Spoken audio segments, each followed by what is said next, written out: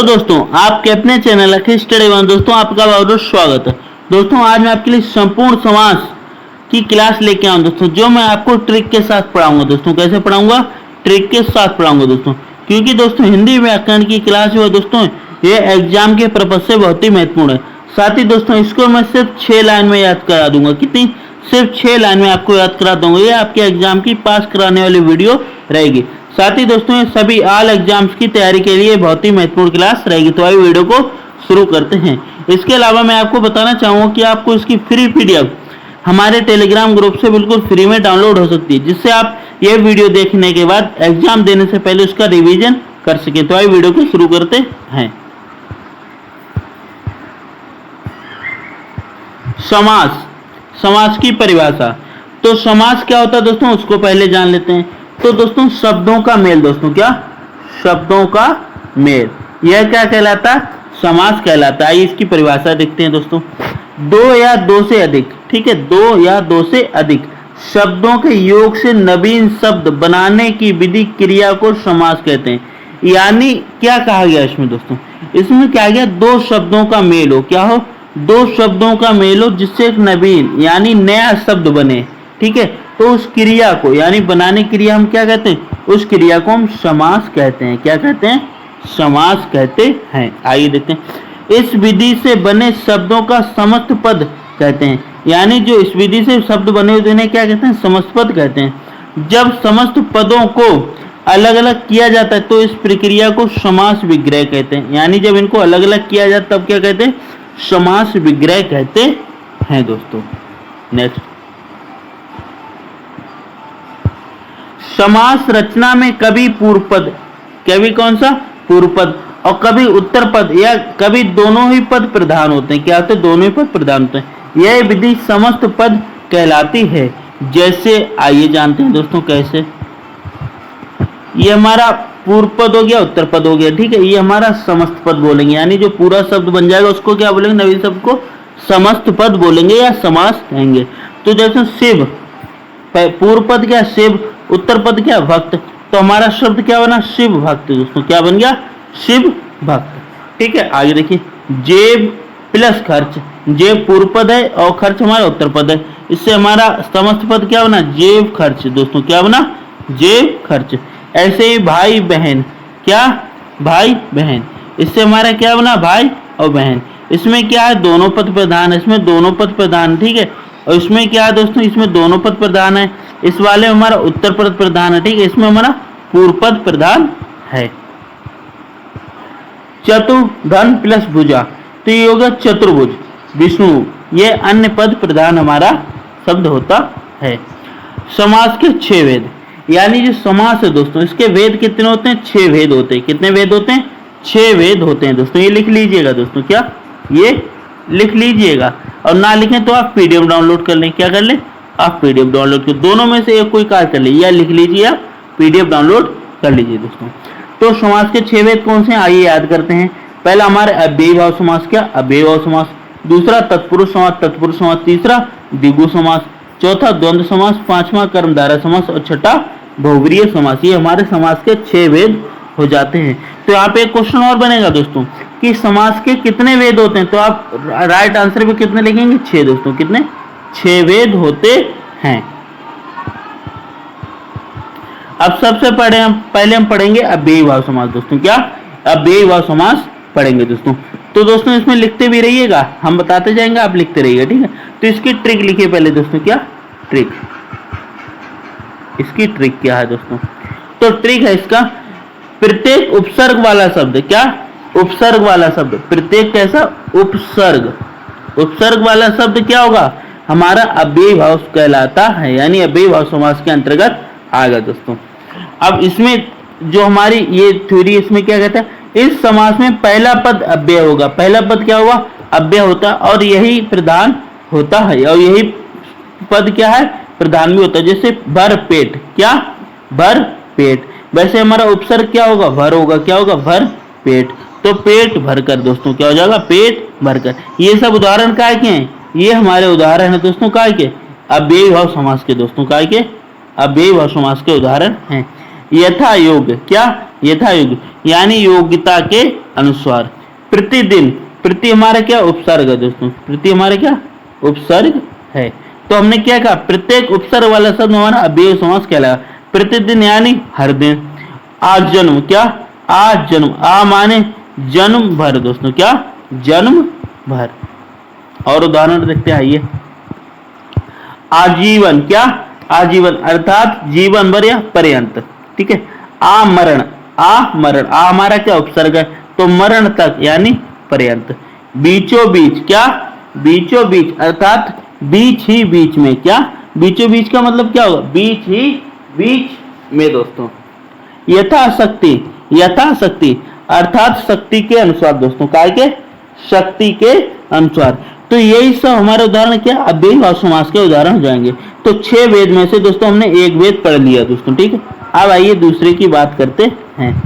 तत्पुरुष समास दोस्तों, कौन सा दूसरा हमारा, कौन सा तत्पुरुष समास है। आइए तत्पुरुष समास के बारे में पढ़ते हैं। इस समास में प्रथम शब्द दोस्तों, क्या प्रथम शब्द या पद गौड़ तथा द्वितीय पद प्रधान होता है। द्वितीय पद क्या होता है, प्रधान होता है, उसे तत्पुरुष समास कहते हैं। उसे हम क्या कहते हैं, तत्पुरुष समास कहते हैं। इसमें कारक चिन्हों का लोप होता है। कैसा, कारक चिन्हों का लोप होता है। कारक तथा अन्य आधार पर तत्पुरुष को निम्नलिखित भेद होते हैं। कारक को दोस्तों, क्या कारक को एक परसर्ग भी कहा जाता है। क्या कहा जाता है, परसर्ग भी कहा जाता है दोस्तों। ये क्या कारक का दूसरा नाम होता है। अब पहले हम पढ़ते हैं दोस्तों कौन सा, कर्म तत्पुरुष दोस्तों, जो 6 है दोस्तों, क्या कर्म तत्पुरुष दोस्तों। तो को परसर्ग दोस्तों, क्या को परसर्ग दोस्तों, ध्यान रखिएगा हमारा, क्या हमने कहा आपको, जो मैंने आपको बताया है दोस्तों, क्या को परसर्ग। को परसर्ग विभक्ति कारक चिन्हों का लोप होता है। जैसे बस चालक, ठीक है, बस को चलाने वाला, तो इसमें हमारा को है, क्या को लोप है इसके अंतर्गत। गगन चुंबी, गगन को चूमने वाला को। स्वर्ग प्राप्त, स्वर्ग को प्राप्त करने वाला, यानी इसमें क्या है, को है दोस्तों। इनमें क्या क्या है, को आया हुआ है। माखन चोर यानी माखन का चुराने वाला, अर्थात हमारा कृष्ण हो जाएगा। इसमें हम क्या हो जाएगा, कृष्ण हो जाएगा। तो दोस्तों ये जो हमारा क्या है, यह कर्म तत्पुरुष के अंतर्गत आएगा। अब करण तत्पुरुष देखते हैं। तो कर्ता ने कर्म को कर्ण से, तो इसमें से होता है दोस्तों, क्या इसमें से द्वारा परसर्ग का लोप होता है दोस्तों। परसर्ग यानी कारक का लोप होता है। जैसे आइए मदांध दोस्तों, क्या मदांध यानी मध्य से अंध, ठीक है। रेखांकित, रेखा द्वारा अंकित, काय के द्वारा अंकित, रेखा रेखा के द्वारा अंकित। हस्तलिखित, क्या हस्तलिखित यानी क्या हो जाएगा हमारा, हस्तलिखित हमारा हो जाएगा हाथ से लिखित। क्या हो जाएगा दोस्तों, हाथ से लिखित, ठीक है। कष्टदा यानी कष्ट से साध्य। तो ये हमारे सब क्या करण तत्पुरुष के उदाहरण हैं दोस्तों। आइए नेक्स्ट पढ़ते हैं दोस्तों। संप्रदान तत्पुरुष दोस्तों, क्या संप्रदान तत्पुरुष दोस्तों, आइए देखते हैं। इसमें को और के लिए क्या होता है, को और के लिए यानी 2 परसर्ग का लोप होता है। जैसे हथकड़ी, हाथ के लिए कड़ी, हथकड़ी माने क्या होगा, हाथ के लिए कड़ी। परीक्षा भवन यानी परीक्षा के लिए भवन। हवन सामग्री यानी हवन के लिए सामग्री दोस्तों।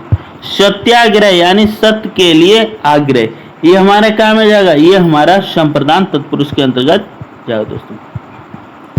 अपादान तत्पुरुष दोस्तों, क्या अपादान तत्पुरुष, इसमें से अलग होने का भाव या लोप होता है। यानी से किस लिए होता है, अलग होने का दोस्तों, क्या अलग होने का।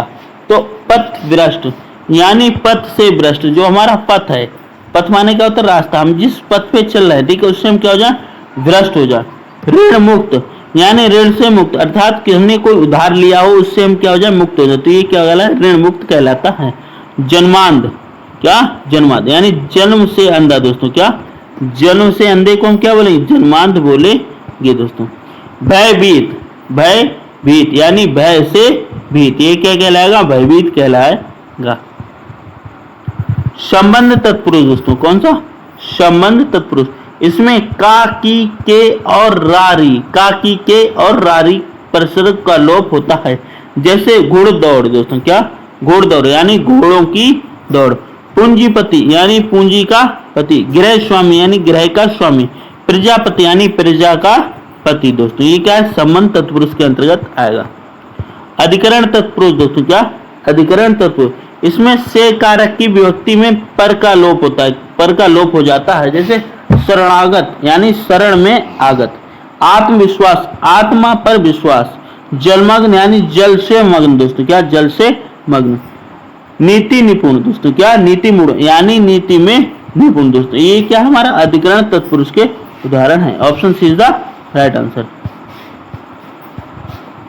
अब नेक्स्ट दोस्तों हमारा क्या है, पहले हमने कौन सा पढ़ लिया, पहले हमने पढ़ लिया दोस्तों, हमने क्या पढ़ा, पहले हमने पढ़ लिया अव्ययीभाव समास, दूसरा पढ़ लिया तत्पुरुष समास, तीसरा हमारा आता है द्विगु समास दोस्तों, क्या आता है, द्विगु समास आता है दोस्तों। तीसरा हमारा क्या, द्विगु समास होता है। इस समास का पहला पद संख्यावाचक विशेषण होता है, दूसरा पद उसका विशेष होता है।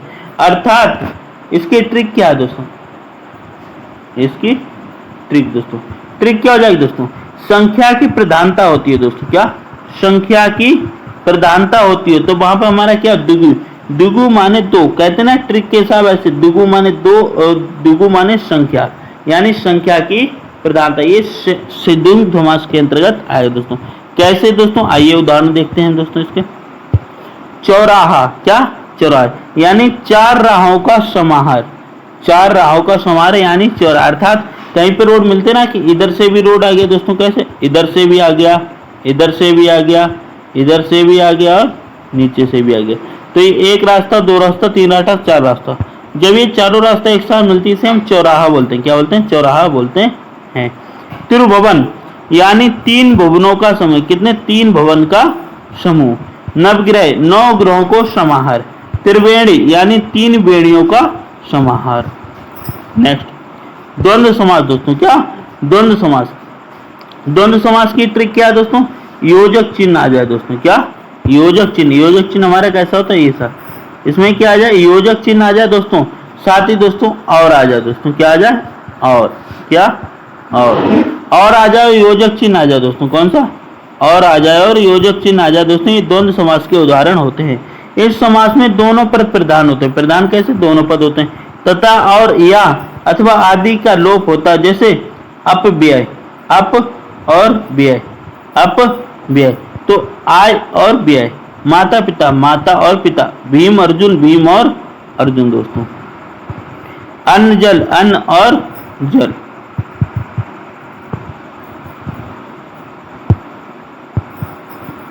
कर्मधारय समास दोस्तों, पांचवा हमारा क्या है, कर्मधारय समास।